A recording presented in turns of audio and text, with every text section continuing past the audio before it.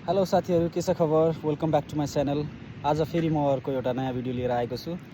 हाम्रो साइप्रसमा चाहिँ आउँदाखेरिका अनुभवहरू, यहाँ बस्दाखेरिका अनुभवहरू र यहाँ आउँदाखेरि लाग्ने खर्च, सँगसँगै अब यहाँ बस्दाखेरि अब काम कस्तो पाउँछ, के कुन कुन फिल्डमा कुन कुन डिपार्टमेन्टमा काम पाउँछ, के कति खर्च लाग्छ आउँदाखेरि, यहाँ आउँदाखेरि आइसक्यो भनेपछि कति स्यालेरी पाउँछ, कुन कुन डिपार्टमेन्टमा कस्तो स्यालेरी हुन्छ, काम गर्न कति गाह्रो छ, केटीहरूको लागि चाहिँ कतिको सजिलो छ काम गर्न लेडिजहरूको लागि, अनि भन्ने विषयमा चाहिँ म एउटा यो नयाँ भिडियो बनाउँदैछु। पक्कै पनि तपाईँहरूको लागि इन्फर्मेटिभ होला।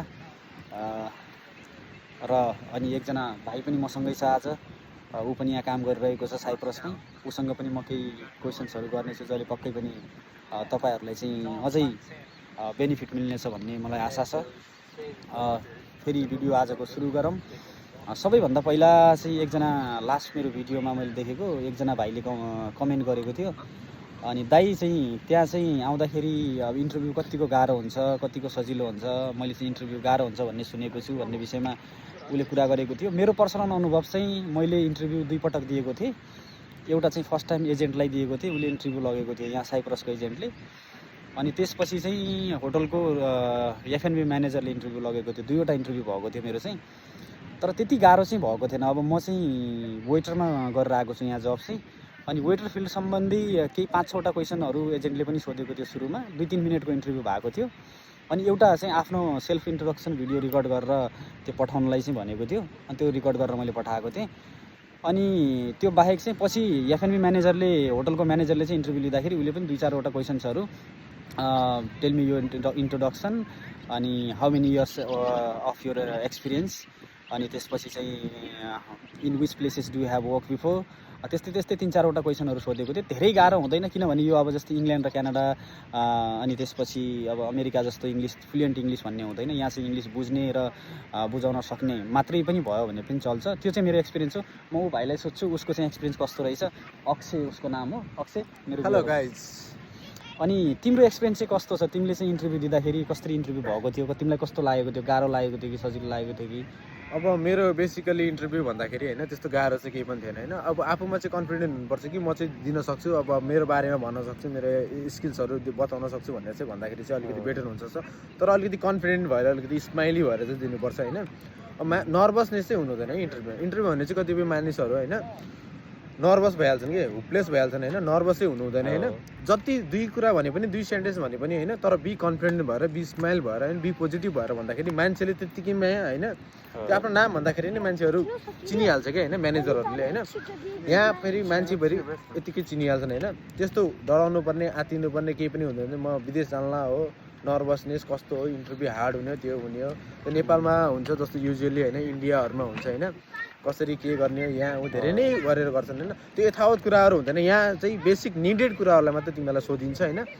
त्यो कुराहरूमा चाहिँ तिमी ढुक्कहरू हुन्छौ भनेपछि होइन तिमीहरूको जब कन्फर्म छ। र तिमीलाई कसैले पनि के गर्न सक्दैन र भिसा आउँछ र छिटै नै आउँछ। हो, भिजा सम्बन्धी विषयमा पनि एउटा भाइले सोधेको थियो प्रश्न चाहिँ, कति समय लाग्छ दाइ? मैले बढी समय लाग्छ, 7-8 महिना पनि लाग्छ भन्ने सुनेको छु भन्ने विषयमा पनि सोधेको थियो। त्यो बारेमा पनि अब तिम्रो चाहिँ भिसा चाहिँ आउन कति समय लागेको थियो? मेरो चाहिँ अलिकति मैले अफ सिजनमा गरेको भएर मलाई चाहिँ अहिले युजुअली 4-5 महिना लाग्यो। नत्र भने यदि सिजनको बेलामा गऱ्यो भने चाहिँ 2 महिनाभित्र या धेरै भयो अहिले 3 महिना लाग्न सक्छ होइन। 3 महिनाभित्र भिसा खस्छ। तर अलिकति अफ सिजनमा गऱ्यो भने चाहिँ अलिकति 4 महिना या 3 महिना या 3.5 महिनाको बिचमा अवधिमा चाहिँ लाग्न सक्छ। तर भिसा चाहिँ आउँछ यदि तिमीहरूको इन्टरभ्यू चाहिँ कन्फर्म भइसकेपछि, तिमीहरू चाहिँ सेलेक्ट भइसकेपछि, अनि वर्क पर्मिट अथवा अफर लेटर जे पनि आइसकेपछि चाहिँ लगत्तै 2-3 महिनापछि चाहिँ तिमीहरूको ढुक्क हुँदा पनि हुन्छ मेरो भिसा झऱ्यो र तिमीले प्रिपरेसन गर्दा हुन्छ यहाँ आउनलाई, कसरी के गर्ने। र त्यस्तो गाह्रो मान्नु पर्दैन। विदेश भनेको गाह्रो ठाउँ हो, तर होइन आफूमा कम्युनिकेसन स्किल्स नभयो भने, अब आफूमा कम्युनिकेसन स्किल्स छ, राम्रो तिमीहरूसँग जब एक्सपिरियन्स छ भने चाहिँ केही पनि गाह्रो हुँदैन। यहाँ तिमीलाई कसैले डोमिनेट पनि गर्दैन, केही पनि गर्दैन।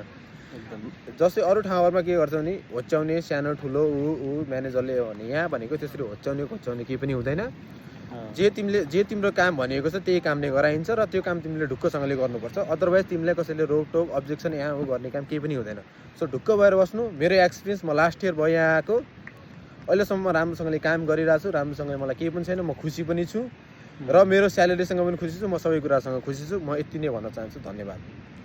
अनि सो बाँकी कुरा चाहिँ हाम्रो दाइले कन्टिन्यू दिनुहुन्छ र उहाँको भ्लग हेर्दै गर्नु होला र उहाँलाई सब्सक्राइब गर्नु होला र म यही भन्न चाहन्छु आजको भ्लगमा उहाँसँग म एउटा गेस्ट बनेर आएको थिएँ र मलाई उहाँको एउटा भिडियोमा चाहिँ एउटा सानो एउटा केही कुराहरू बताउने मौका मिलेको म एकदमै आभारी व्यक्त गर्न चाहन्छु र गाइज तर हार चाहिँ नखानु keep going thank you so much my brother उसँग चाहिँ अक्षयसँग अब यो दुई कुरा भएको चाहिँ अब उसले आफ्नो एक्सपिरियन्स बारेमा तपाईँलाई सेयर गरेको छ त्यही हो अब उसले भने जस्तै धेरै गाह्रो हुँदैन आफूमा कन्फिडेन्ट हुनुपर्छ अनि किनकि अब आफूले अब काम गरेको कुनै पनि फिल्डमा छ भनेपछि अब त्यसमा आफूलाई जानकारी हुने नै हुन्छ इन्टरभ्यूमा बेसिकली त्यही क्वेसन्सहरू गर्ने गर्छ धेरै यताउताको कुराहरू सोध्दैन अब 4-5वटा कुराहरू जो हाम्रो बेसिकली हामी कुन के अरे फिल्डसँग रिलेटेड छ त्यसैमा उसले रहेर होइन त्यसैको बिचमा रहेर उसले क्वेसन सोध्ने हो त्यो भएर इन्टरभ्यू त्यति गाह्रो हुँदैन त्यसमा चाहिँ ढुक्क रहनु होला आफू चाहिँ कन्फिडेन्ट रहने प्रिपेयर रहने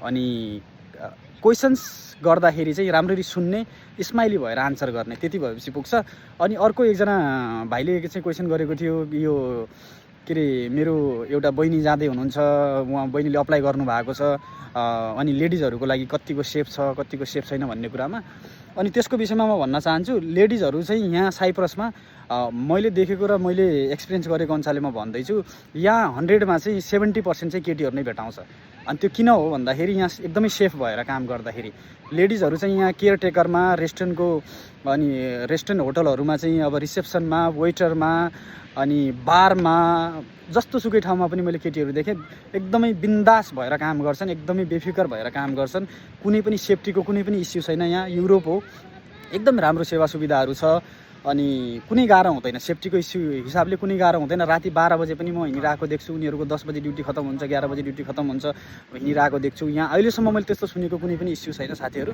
त्यो भएर त्यो लेडिजले काम गर्दाखेरि कुनै गाह्रो साह्रो होला भन्ने पनि छैन अरू स्यालेरीको कुरा गर्नु पर्दाखेरि चाहिँ अब त्यो डिपार्टमेन्ट वाइज फरक हुन्छ अब बेसिक स्यालेरी भनेको 750-800 सुरु भइसक्यो साइप्रसमा त्यो भनेको नेपालमा 1,10,000बाट स्टार्ट हो स्यालेरी भनेको अब त्यसपछि चाहिँ अब हाम्रो एक्सपिरियन्स अनि कुन डिपार्टमेन्टमा हामी आएका हौँ त्यसले चाहिँ डिपेन्ड गर्छ तर त्यो 1,10-15,000देखि लिएर 1.5 लाख अनि 1,60,70,000सम्म कमाउने पनि मैले साथीहरू भेटेको छु त्यही भएर स्यालेरी पनि अन एन एभरेज राम्रो छ बाँकी चाहिँ अब आफूमा डिपेन्ड गर्छ हामीले कसरी काम गर्छौँ अनि कसरी चाहिँ अब हाम्रो कामलाई चाहिँ अब कुनै पनि कम्पनीले कसरी चाहिँ अब त्यसले चाहिँ अब बुझिरहेको हुन्छ अनि हामीले दिने एउटा हुन्छ नि 100% हामीले दिइरहेको छ कि छैन त्यो अनुसारले चाहिँ हामीले डिपेन्ड गर्छ पछि त्यसरी इन्क्रिज हुँदै गएर जान्छ त्यो भएर धेरै त्यसरी गाह्रो मान्नुपर्ने केही छैन अरू कुनै क्वेसन्सहरू छन् भनेपछि साथीहरू प्लिज यो च्यानललाई चाहिँ सब्सक्राइब गरेर नोटिफिकेसन बेल आइकन चाहिँ अन गर्नु होला आगामी म भिडियोजहरू फेरि कुनै स्पेसिफिक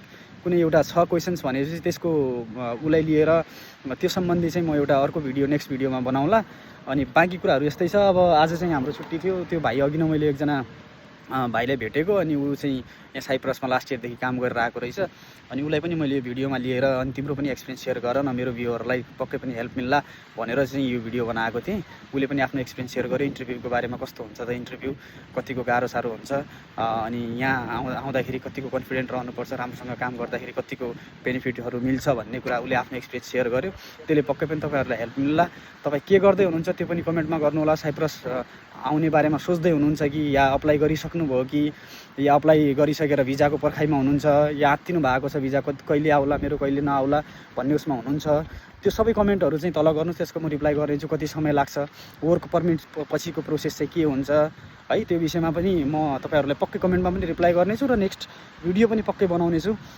पछाडि समुद्र छ यस्तो ठाउँ छ है धेरै त्यस्तो एकदमै बिजी भएको ठुल्ठुला बिल्डिङहरू एकदमै गाडीहरू चलेको आवाजहरू त्यस्तो केही छैन यहाँ एकदम क्वाइट प्लेस हो साइप्रस भनेको काम गर्नेहरूका लागि बेसिकली चाहिँ एकदमै राम्रो ठाउँ ढुक्क भएर काम गर्न सकिन्छ यताउता हो हल्ला दुनियाँदारी यताउता त्यो गाडी साडीको आवाज ठुल्ठुला बिल्डिङहरू कल कारखानाहरू त्यस्तो इन्डस्ट्रियल एरियाहरू केही छैन अब तपाईँलाई म यस्तरी देखाउन सक्छु पछाडितिर यस्तो यो अब यो पछाडि खुला मैदान पनि छ हेर्नु ठिक छ अब बाँकी कुरा नेक्स्ट भिडियोमा गरौँला च्यानल चाहिँ सब्सक्राइब गर्नुहोस् अब एकछिन साँझ पनि हुने बेला हो सनसेट हुने बेला छ हामी त्यही भएको कारणले यता साइडतिर आएको थियौँ आज एउटा भिडियो बनाएर पनि पोस्ट गरौँ अब त्यो लास्ट मैले कमेन्ट देख्दाखेरि चाहिँ त्यो भाइले पक्कै पनि हेल्प होला यो भिडियोले भनेर मेरो भिडियोलाई चाहिँ अब मन पराउनु भएको छ भने लाइक गर्नुहोस् सब्सक्राइब गर्नुहोस् साथीहरूलाई सेयर गर्नुहोस् साइप्रस को आउँदै हुनुहुन्छ तल कमेन्ट गर्नुहोस् है thank you so much by by